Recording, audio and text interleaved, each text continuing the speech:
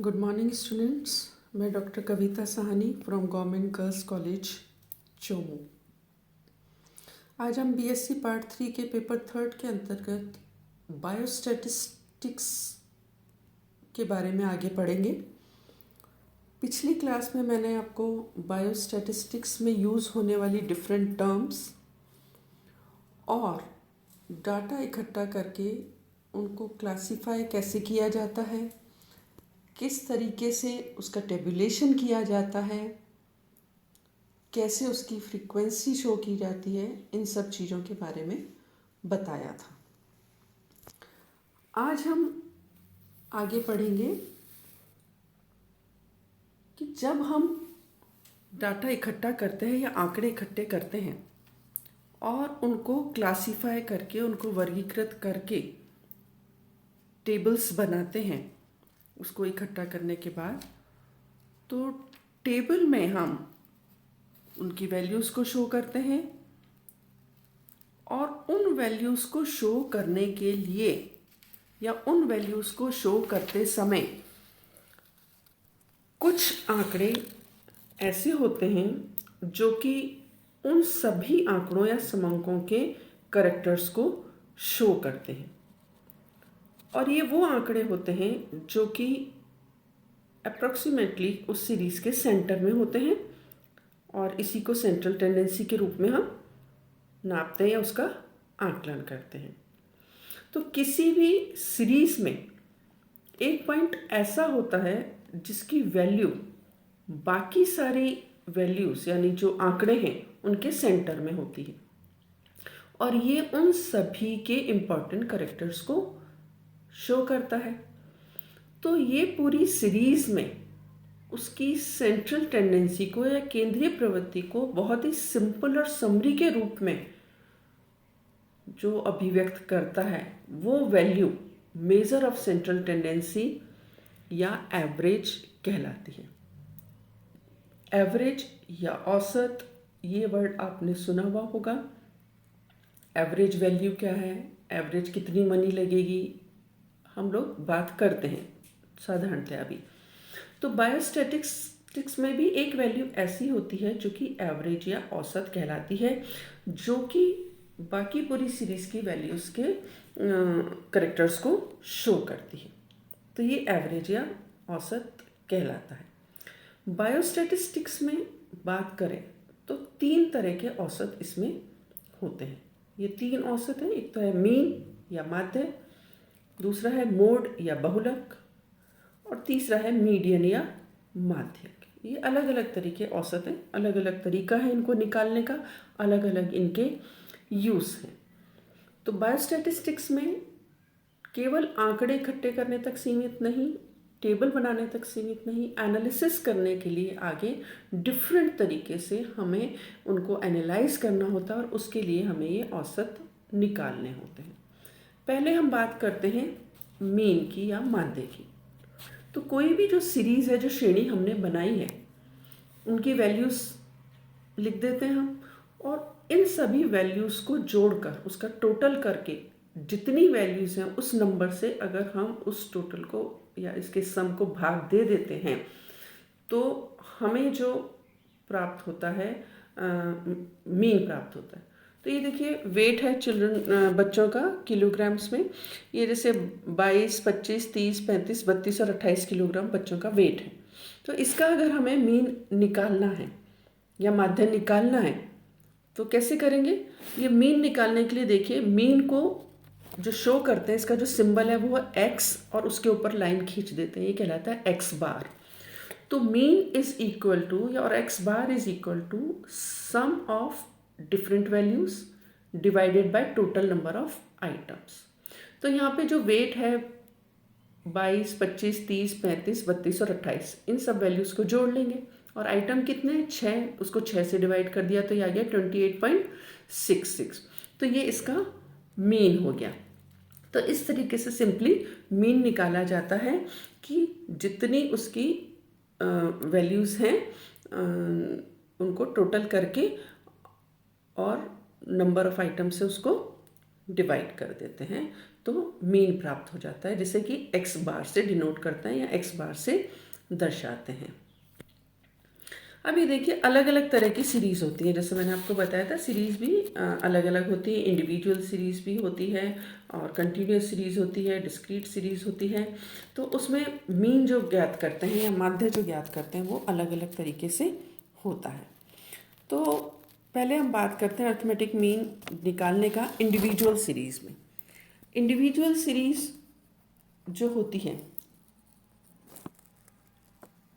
इसमें मीन निकालने के लिए दो मेथड होते हैं। पहला होता है डायरेक्ट मेथड और दूसरा होता है शॉर्टकट मेथड। डायरेक्ट या प्रत्यक्ष विधि जो होती है, डायरेक्ट मेथड में ये सिंपल है, सिंपली डायरेक्टली मीन निकाल लिया जाता है। और जनरली ऐसी सीरीज में इसको यूज़ करते हैं जहाँ पर कि जो वैल्यूज़ हैं या वेरिएबल्स हैं उनका नंबर कम हो, यानी जो है डेसिमल में ना हो और सिंपल सीधा हो। तो इसमें सिंपली उसकी जितनी भी वैल्यूज़ हैं उन सबको जोड़कर, जैसा अभी मैंने आपको बताया, और जितने आइटम है उससे डिवाइड कर दिया जाता है। ये देखिए इंडिविजुअल सीरीज़ है, उसमें जो वैल्यूज़ हैं उसको x1 x2 x3 up to xn तक हम उसको दर्शा सकते हैं। तो इसका जो फॉर्मूला लगेगा या जो फॉर्मूला लिखेंगे वो कैसे लिखेंगे, ये एक्स बार मैंने आपको बताया अभी मीन है, मीन जो है वो एक्स बार है। तो X bar is equal to x1 plus x2 plus x3 up to xn divided by n। तो इसमें एक्स बार तो हो गया मीन, और ये जो लिखा है समेशन है, ये जो लिखा है सिग्मा एक्स। सिग्मा एक्स क्या है कि जितनी भी वैल्यूज़ हैं उन सबको जोड़कर जो वैल्यू लिखते हैं उसको इससे लिखते हैं।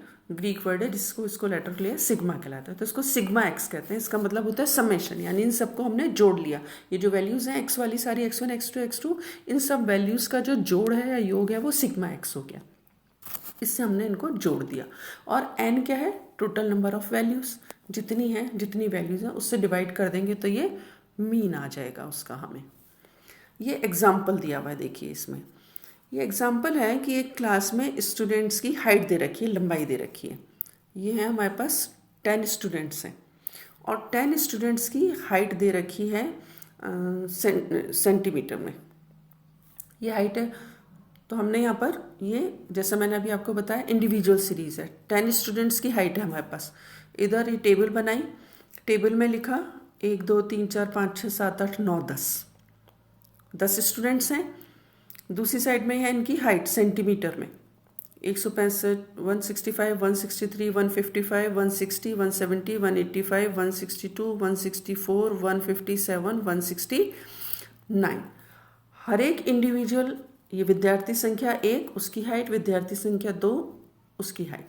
तो हर एक इंडिविजुअल के सामने या हर एक स्टूडेंट के सामने उसकी हाइट लिख के ये हमने पहले टेबल बना ली। तो ये पहला काम हो गया हमारा, जो हमने आंकड़े इकट्ठा किए, डाटा इकट्ठा किया, उसकी हमने टेबुलेशन कर लिया, ये टेबल बना ली। 1 से 10 स्टूडेंट और इनकी वैल्यू लिख दी।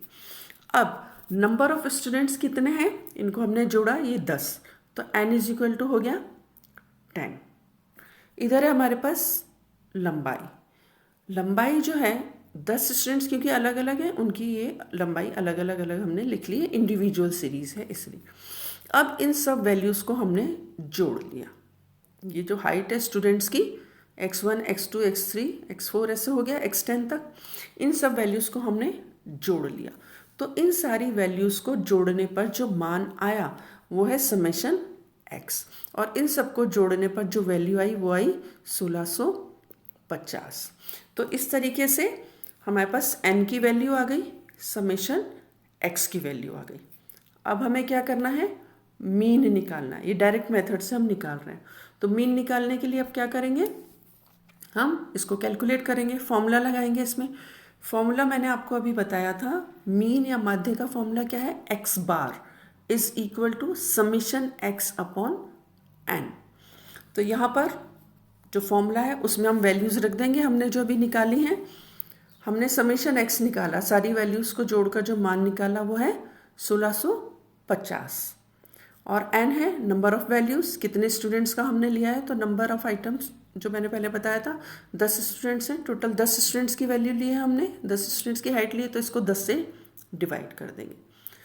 तो x बार इजिकल टू ये 1650 डिवाइडेड बाय 10। तो 1650 को जब 10 से डिवाइड करेंगे तो ये आ जाएगा 165 सेंटीमीटर। तो एवरेज वैल्यू या औसत स्टूडेंट्स जो हमने एक क्लास के स्टूडेंट्स के 10 स्टूडेंट्स की हमने हाइट ली थी और उसका जब हमने एवरेज निकाला या औसत निकाला, माध्य निकाला, तो वन आया 165 सेंटीमीटर। तो मतलब क्या हो गया कि उस क्लास के बच्चों की एवरेज हाइट जो है वो 165 सेंटीमीटर है। तो इस तरीके से हमने माध्य निकाल लिया, मीन निकाल लिया, और ये उसको रिप्रेजेंट करेगा उसकी मीन वैल्यू को। तो ये क्योंकि इंडिविजुअल सीरीज है, डायरेक्ट मेथड से हमने इसको निकाला है, तो बिल्कुल ही सिंपल तरीके से सारी वैल्यूज़ जो थी हमारे पास x की उन सबको जोड़ा और उसको जितनी वैल्यूज़ थी उससे डिवाइड कर दिया, तो मीन या माध्य आ गया हमारे पास 165 सेंटीमीटर। तो इस तरीके से मीन या माध्य डिस्क्रीट सीरीज़ में जो है डायरेक्ट मेथड से या इंडिविजुअल सीरीज़ में इसको कैलकुलेट किया जाता है डायरेक्ट मेथड के द्वारा।